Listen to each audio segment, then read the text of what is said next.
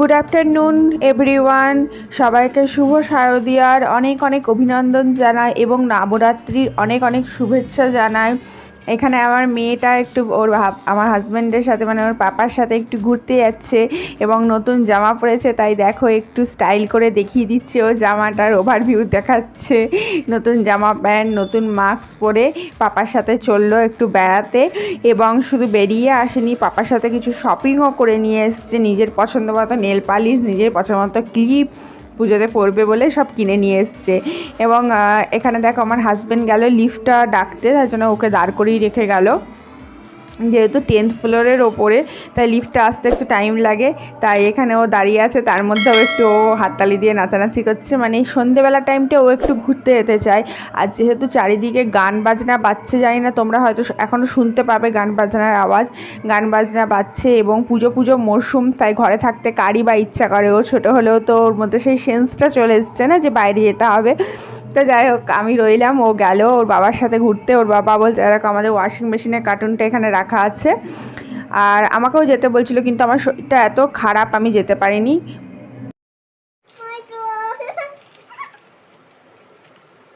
পাপার সাথে দোকান থেকে স্প্রাইট কিনে নিয়ে এসছে সবাই মিলে, তাই স্প্রাইট খাওয়া হবে। আমরা একটু স্প্রাইটটা খাই, গরমে খুব ভালো লাগে, তিনজনেরই খুব ফেভারিট। আমার মেয়ে তো ভীষণ ভালোবাসে। এবং ওই দেখো ওই ক্লিপগুলো সব কিনে নিয়ে এসছে পাপার সাথে বাজার থেকে।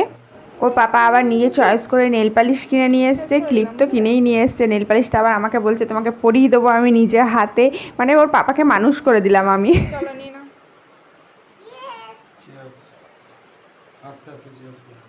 চিয়ার্স করবি না? Cheers cheers.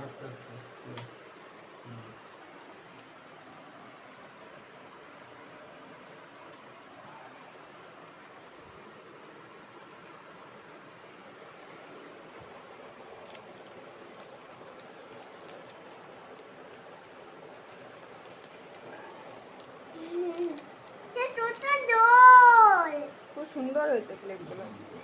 দোল মামা, ইয়েস ডল। দোলটা ঠিক হয়েছে বে। চলে এসে এখানে স্প্রাইট খাবো, এসো সোফায় বসে। বাবা তোলো সুপার হতে পারছো। পাপার খাওয়া হয়ে গেছে। ওইটা ওখানে ফেলে দিলে কম। আমার হাজব্যান্ড বাইরে গেছিলো মেয়ের সাথে, নিয়ে তখন চিকেন নিয়ে এসছে, নিয়ে এখন দেখো চিকেন করার তোড়জোড় চলছে। সবাই মিলে এখন লাফালাফি মারামারি চলছে। রাত দুপুরে চিকেন নিয়ে এসছে খাবে বলে। দেখো চিকেনে একদিকে মেয়ে জোগাড় করেছি, আর একদিকে আমাদের জোগাড়। ওখানে আলু কটা কেটেছি, চিকেনে আলু ছাড়া তো আমরা খাই না, চিকেন মটন যাই করি আলু একটু লাগে। আর ওখানে দেখো পেস্টের জোগাড় খানিক করেছি। মানে রাতে যদি মাংস টাংস হয় তখন একটু মানে বেড়ে যায়, কাজের চাপটা বেড়ে যায়, মানে তাড়াহুড়ো লেগে যায়। মেয়েটা স্টু করতে হয় আলাদা, নিজেদের চিকেন আলাদা, আর ওর আবার অন্যরকম প্রিপারেশন করে। যখনই চিকেন করবে নতুন আইটেম, আজকেও একটা নতুন আইটেম করছে। তার মাঝে আমি চলে গেছি আমার চোখে ড্রপ দিতে। দেখো 4 বেলা করে চোখে ড্রপ দিতে বলেছে ডক্টর, আর চোখের ড্রপটা তো নিজে নিজে নেওয়া যায় না, ওকেই দিয়ে দিতে হয়। তো এখানে একবার ড্রপটা নিয়ে নিচ্ছি, তারপরে একটু শুয়ে উঠে আবার বাকি জোগাড়গুলো করব। আর কি বলো তো, সকালবেলা একবার নিতে হয়, আবার দুপুরে একবার, এটা সন্ধেবেলা আবার রাতে। আর ও ছিল না তখন নেওয়া হয়নি। আর মেয়েটা এলো, তারপরে মেয়েটাকে জামা টামা ছাড়িয়ে দিয়েছি। এবং এখানে দেখো ডান্স ফান্স চলছে, ও একটু নাচানাচি করছে, আর আমি চোখে ড্রপটা নিয়ে একটুখানি শুলাম। নিয়ে তারপরে আবার বেশিক্ষণ শোয়ার টাইম নেই, চোখে ড্রপ নিয়ে একটু বেশি রেস্ট নিলে ভালো হয়, কিন্তু বেশি শোয়ার টাইম নেই, তাই আবার তাড়াহুড়ো করে রান্নাঘরে ঢুকলাম। বললাম না আবার চিকেন নিয়ে এসেছিলো। এখানে মেয়েটা স্টুটা আমি বসাচ্ছি। দেখো এখানে 1 ডজন মতো তেল নিলাম, নিয়ে তার মধ্যে এটা গোটা জিরে দিচ্ছি। আর ওকে যে স্টুটা খাওয়াই, সেই স্টুয়ের রেসিপিটাও তোমরা পেয়ে যাবে আমার ডিসক্রিপশান বক্সে। আমি স্টুয়ের আলাদা করে রেসিপি দেওয়া আছে, যদি চাও তো চেক আউট করে নিতে পারো। এখানে দিচ্ছি গোটা গরম মশলা, লবঙ্গ দিলাম 2টো। তো এই স্টুটা দিয়েও ভাত খাই। এবং যে জোগাড়টা করে রেখেছিলাম সেটা দিয়ে দিলাম। দেখো ওর মধ্যে পেঁয়াজ, রসুন, আদা, টমেটো প্রত্যেকটা জিনিসই ঘষে রেখেছিলাম মাংসটার মধ্যে। এর মধ্যে দিচ্ছি হলুদ, একটু জল দিলাম এবং স্টুটা খেতে এত ভালো হয় না, এত লাইট হয় খেতে যে তুমি শুধু বাচ্চাকে বলে নয় সবাইকেই দিয়ে প্রোভাইড করতে পারবে, খেতে পারবে যারা ভালোবাসো। আর এই যে স্টুটা বসালাম তার মাঝে আমাদেরও জোগাড়গুলো চালাচ্ছি, রসুন টসুনগুলো আর কি।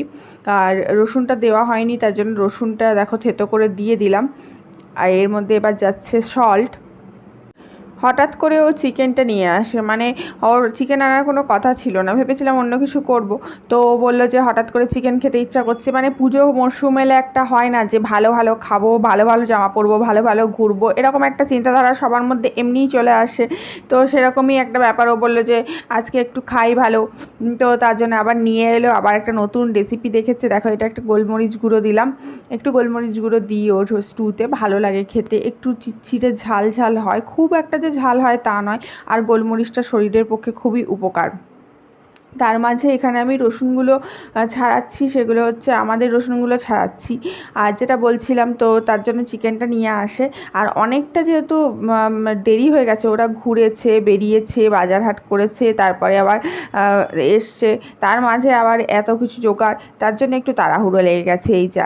না হলে জোগাড়টা যদি আগে থাকতে করে রাখতাম তাহলে, বা জানতাম যদি আগে থাকতে তাহলে করে রাখতাম, তাহলে এতটা তাড়াহুড়ো লাগতো না। এখানে দেখো রসুনগুলো আমি থেতো করছি, এখানে দেখো পেস্টটা বললাম না, ও একটু অন্যরকম করে করে। আজকে আবার ধনে পাতাগুলো ওর মধ্যে দিয়ে পেস্ট করে আবার অন্য একটা রেসিপি করবে। ওর মধ্যে মশলা দিয়ে, কিন্তু চিকেনের মধ্যে অলরেডি মশলা দিয়ে কিন্তু মাখানো আছে, এই মশলাটা দিয়ে আবার একবার চিকেনটা মাখাতে হবে। এখানে আমি রসুনগুলো ছাড়াচ্ছি, আমি এইভাবে রসুন ছাড়াই। রসুনগুলো কোয়াগুলো বার করে হামাল দিস্তাটা দিয়ে থেতো করে নিয়ে খোলাগুলো ছাড়িয়ে দিয়ে দিচ্ছি ওর মধ্যে। এইভাবে রসুন ছাড়াতে না এত সুবিধা হয় আর এত তাড়াতাড়ি হয় কি বলবো। আগে জলে ভিজিয়ে রাখতাম, সেই রসুন ছাড়ানো, নখ একবারে হয়ে যাওয়া। আর এটা একবার থেতো করে নাও, একটুখানি থেতো করে নিয়ে খোলাগুলো একদম ইজিলি খুলে যায় একদম, আর এত তাড়াতাড়ি ছাড়ানো হয় না কি বলবো। তো যাই হোক, এইভাবে রসুনগুলো সব ছাড়িয়ে নিলাম, দেখতেই পাচ্ছ। আর ওদিকে মেয়ের স্টু চলছে, এদিকে আমার মেয়েও চলে এসছে। মানে মেয়েকে নিয়েই তো আমার সমস্ত কাজ, তোমরা তো জানোই। এক সূত্রে আমাদের মেয়েদের বলতে গেলে গোটা জীবনের 50% বোধহয় রান্নাঘরেই ঢুকে কেটে যায়। সকাল থেকে রাত অবধি 4 বার রান্না করতে, তার মধ্যে আবার চা করা, জল গরম করা, মানে 7-8 বার রান্নাঘরেই ঢুকতে হয়। তার মধ্যে সেই বাসন ধোয়া, পরিষ্কার পরিচ্ছন্ন করা, মানে এক ধরনের বলা যায় যে আমরা যেন রান্নাঘরের জন্যই জন্মেছি, রান্নাঘরের রানী এক ধরনের, সেটাই বলা যায় আর কি। তো যাই হোক, এইভাবেই তো জীবন চলবে, কিছু তো করার নেই। আর কাজের মধ্যেই তোমাকে খুশিটা বার করে নিতে হবে। এই যে এত কষ্ট করে রান্না করছি, তারপরে যখন রান্নাটা খাবো আর খেয়ে যখন যে তৃপ্তিটা পাবো, সেটাই তো, সেখান থেকেই বেশি খুশিটা চলে আসবে, তখন আর কষ্টটার কথা কিছু মনেই থাকবে না। সবথেকে বড় কথা, যখন তুমি রান্না করো, এই যে রান্না করলাম, এরপরে যে আমার মেয়েই রান্নাটা খাবে, তখন ওর যে বলবে যে মামাম খুব ভালো হয়েছে, খুব ভালো হয়েছে, তখন সেই খুশিটা একটা আলাদাই খুশি। ওইদিকে ভাতটা গরম করতে বসিয়ে দিয়েছি, ভাতটা গরম হচ্ছে, স্টু দিয়ে ও ভাত খাবে। আর এদিকে আবার রুটিটা করতে হবে। এখানে দেখো পেস্টটা করতে চলে গেছি আমি মিক্সিতে। আর মানে দুজনে দুরকম খাওয়া দাওয়া, বর খায় রুটি, আমি আর মেয়েটা খাই ভাত, ওই জন্য একটু বেশি চাপের হয়ে যায়, যে কোনো একটা করলে অতটা চাপ হয় না খুব। আবার রুটি করার জন্য আটাটা মাখতে হবে, এই সব মিলিয়ে একদম মানে প্যাকড আপ রুটিন হয়ে যায়।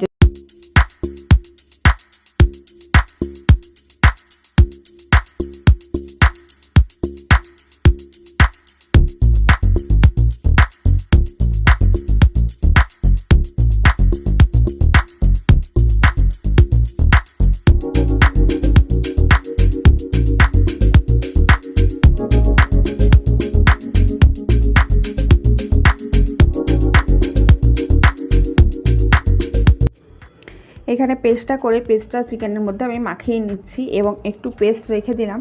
ওই পেস্টটা এতটাই সুন্দর হয়েছে এবং এত সুন্দর একটা স্মেল আসছে ধনেপাতা আর কাস্তুরি মেথির জন্যে, যে এই পেস্টটা আমি একটু রেখে দিলাম পরের দিন রান্নায় ইউজ করব বলে। ওটা ওকে দেখাইনি, নাহলে আবার ও রেগে যাবে। ও চাই যতটা পেস্ট হচ্ছে গোটাটাই ইউজ করতে, বেশি বেশি মশলা দিয়ে করে আর কি ও। তো যাই হোক, এরপরে চলে এসেছি আটা মাখতে। যেরকম বললাম, প্যাকড আপ রুটিন হয়ে যায় যদি চিকেন মটন আসে, মানে এদিকে জোগাড় করা, ওদিকে মেয়ে স্টু, এদিকে রুটি, ওদিকে ভাত করা। তার মধ্যে দেখো আমার মেয়ে প্যান্ট পরেনি, আমি ওকে বললাম যে প্যান্টও না পরে কিন্তু ভিডিওতে আসা যায় না। ও বললো যে ঠিক আছে প্যান্টও পরে নিচ্ছি, নিয়ে ওকে প্যান্ট দিয়েছি। ও দেখো নিজে নিজে প্যান্ট পরছে, এটা আমি অভ্যেস করিয়েছি ওকে, নিজে নিজে প্যান্ট খোলা, নিজে নিজে প্যান্ট পরা। এবং এই অভ্যেসটা বাচ্চাদের ছোট থেকেই করানো উচিত। প্যান্ট পরিয়ে রাখা সবসময় তো যায় না, ঘরের মধ্যে যখন থাকে তখন তো সবসময় প্যান্ট পরে থাকে না, কিন্তু ভিডিও যখন করছি, বাইরে কোথাও যখন যাচ্ছে, তখন যাতে নিজে নিজে অভ্যেসগুলো ছোট থেকেই তৈরি হয়, তার জন্য একটু একটু করে বাচ্চাদের সমস্ত কিছুতে ট্রেনিং করে দেওয়াটা উচিত আমার মনে হয়। কারণ আমার মাও ছোট থেকে এরকম করে একটু একটু করে সব শিখিয়েছে। আর এই যে আটা মাখতে বসেছি, এখানে ও আটা মাখতে বসেছে এবং ওর সাথে দেখো আমি কথা বলছি, ওকে আমি শেখাচ্ছি কথার ছলে এবং কাজের ছলেই আমি ওকে পড়াশোনাগুলো করিয়ে নিই। What is your name, what is your father's name, what is your mother's name, এই জিনিসগুলো আমি ওকে কথার ছলে, গল্পের ছলে এর মধ্যেই ওকে শিখিয়ে নিচ্ছি। কারণ আলাদা করে টাইম যখন আমি বার করতে পারি না, যেমন ও ঘুরতে গেল, এরপরে এই যে চিকেন এলো, এর মধ্যে কাজ চলছে, তখন আলাদা করে যখন টাইম বার করতে পারি না, তখন আমি ওর মধ্যে কাজের ছলের মধ্যেই ওকে পড়িয়ে নিই।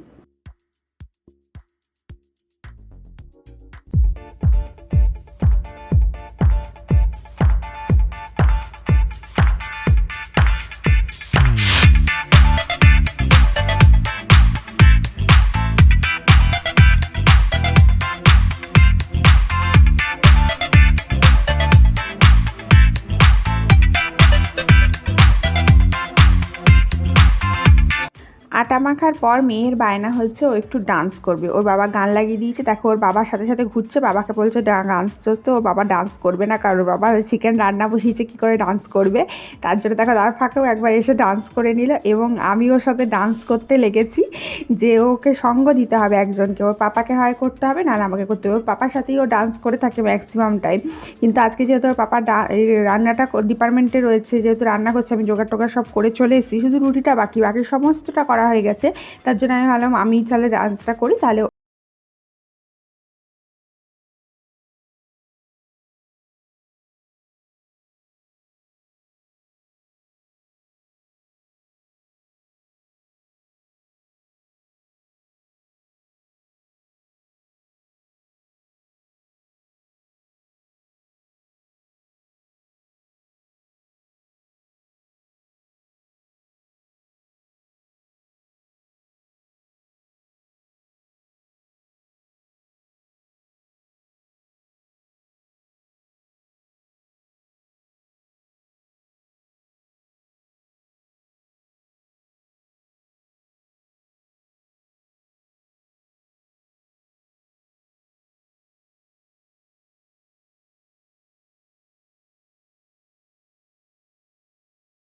পর মা এলো। যখন প্রথম আমরা এখানে শিফট হই, তখন যখন আমি তো স্টুডেন্ট পড়াতাম, সফটওয়্যারে ট্রেনিং প্রোভাইড করতাম, যখন সফটওয়্যারে ট্রেনিং দিতাম স্টুডেন্টদের, তখন মা আসতো বাচ্চাটাকে দেখবার জন্যে।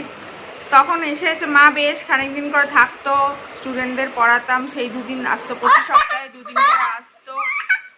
তো তখন এসে বেশ অনেক সময় থাকতো, বেশ আনন্দ হই হুল্লোড় হতো, মায়ের হাতে রান্নাও খেতে পারতাম। এখন মায়ের আসাটা বন্ধ হয়ে গেছে। এখন মা তখনই আসে, মানে তখনই আসে বলতে আসেই নি, বিগত 1 বছর ধরে ওই এসেছে চলে গেছে এরকম, মানে এসে থাকেনি। কালকে ওর নাতনির আবদারে আসে, এসে এবং থাকে, বেশ অনেকদিন পর কথা বলতে দিচ্ছে না, এতটুকু কথা বলতে দেয় না। ওই জন্য আমি এরকম করে শুটিং করতে পারি না। সকালবেলা তাও যে একটু কথা বলতে দেয়, রাত্রেবেলাতে এরকম করে সমানে ডিস্টার্ব করবে। আমি খেতে বসবো, তখন আমার চুল ধরে টানে, চুল ধরে ঝুলে পড়ে, পুরো চুলের অবস্থা একবার শেষ করে দেয়। তখন মা আগে বলতো যে মায়ের চুল ধরে নাকি আমি ভাই সব ঝুলে পড়তাম, ওই জন্য মায়ের চুলগুলো টাক পড়ে গেছে, সব চুল উঠে গেছে। এখন দেখছি সেই মায়ের মতো অবস্থা আমারও হয়েছে, আমার চুল ধরে ঝুলে যাচ্ছে আমার মেয়ে। তখন মা বলতো চুলগুলো কাটিস না, তখন আমার প্রচুর বড় চুল ছিল, একদম আছার নিচ অব্দি চুল ছিল। তখন মা বলতো চুলগুলো কাটিস না, যখন রোগা হয়ে যাবে, ছেলে যখন ধরে টানাটানি করবে, তখন চুলগুলো কাটবি। তখন শুনি নাই, তখন স্টাইল করতে হবে, ল্যাকমি সেলুনে গিয়ে কেটে চলে এলাম একদম এইটুকু করে।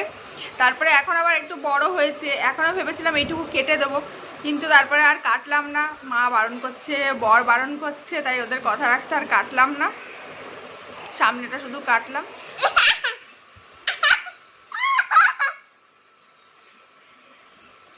কালার করছো নাকি? কালার করছে। চিকেনটা খুব ভালো হয়েছে খেতে। টাটা করে দাও, গুড নাইট বলে দাও। Tata good night, tata bye bye. Bye bye সবাই ভালো থেকো, সবাই ভালো থেকো হ্যাপি থেকো। হ্যাপি থেকো গুড নাইট।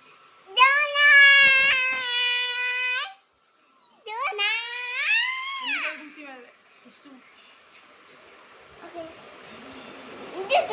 না, আস্তে আস্তে এমনি করে,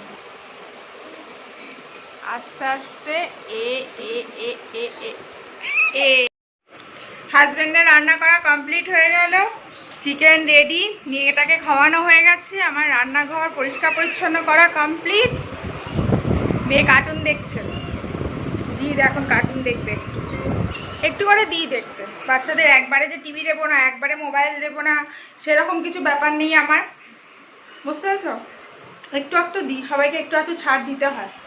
আর এখন চিকেনটা করেছে হাজবেন্ড, কালারটা দেখো কি ফ্যাবুলাস কালার এসছে, আর সেন্টটা যা আসছে না অসাম। মানে ওই যে মিক্সচারটা করেছিল, ওই মিক্সচারটাই মেন, বুঝতে পেরেছো? ওই মিক্সচারটাতে তোমার ধনেপাতা দিয়ে দিয়েছিল, তারপরে তোমার কি বলে ওটাকে, ধনেপাতা দিয়েছিল, আর ওটা কি দিয়েছিল বেশ, কাস্তুরি মেথি, না কাস্তুরি মেথি দিয়েছিল। ওই জন্যে মানে একটা আলাদা ফ্লেভার, এবং খেতেও একটু নতুন ধরনের, খুব সুন্দর খেতে।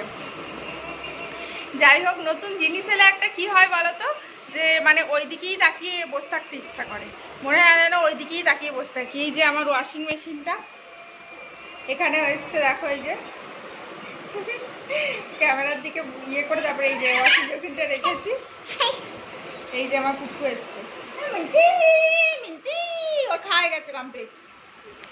তো ওয়াশিং মেশিনটার দিকে মনে হচ্ছে তাকিয়ে বসে থাকি, দেখতে থাকি, ওটিজিটার দিকে তাকিয়ে বসে থাকি। নতুন নতুন জিনিস এলে একটা হয় না, যে নতুন জিনিস এসছে ওইটার দিকেই তাকিয়ে বসে থাকি, ওটাকেই দেখতে থাকি, ওটার রেস্টটা কাটে না যতক্ষণ না তোমার নতুন জিনিসের রেস্টটা কাটবে না। বসছি, যতক্ষণ না নতুন জিনিসের রেস্টটা কাটবে না ততক্ষণ তুমি তাকিয়ে বসে থাকবে, এই একটা অবস্থা। আর এখানে ভাত হয়ে গেছে, এখানে রুটি আছে, রান্নাঘরটা দেখো নিট অ্যান্ড ক্লিন, আমি এরকম করে নিট অ্যান্ড ক্লিন করে রাখি। বাবু দাঁড়া না, একটু যাচ্ছিল, দেখো আমাকে টানছে, দেখো কেমন, দেখো এই দেখো, এই দেখো আমাকে টানছে, আমাকে থাকতে দেবে না, কথা বলতে দেবে না। আমার রান্নাঘরটা দেখাচ্ছি তোমাদের শুধু, কেমন নিট অ্যান্ড ক্লিন দেখো। আমি এরকম নিট অ্যান্ড ক্লিন করে রাখি রান্নাঘর, একদম পরিষ্কার পরিচ্ছন্ন করে রাখি। ও আমাকে এখানে বসতে হবে, নিট অ্যান্ড ক্লিন পরিষ্কার পরিচ্ছন্ন করে রাখি রাত্রেবেলায়, যাতে সকালবেলা একদম টমকে নিয়ে খেলবে, টমকে কথা বলবে, সেই কথাগুলো শুনে শুনে টম বলবে, সেইটি ওর খুব পছন্দ। চলো গুড নাইট বলে দাও সবাইকে, গুড নাইট। তুমি বলে দাও,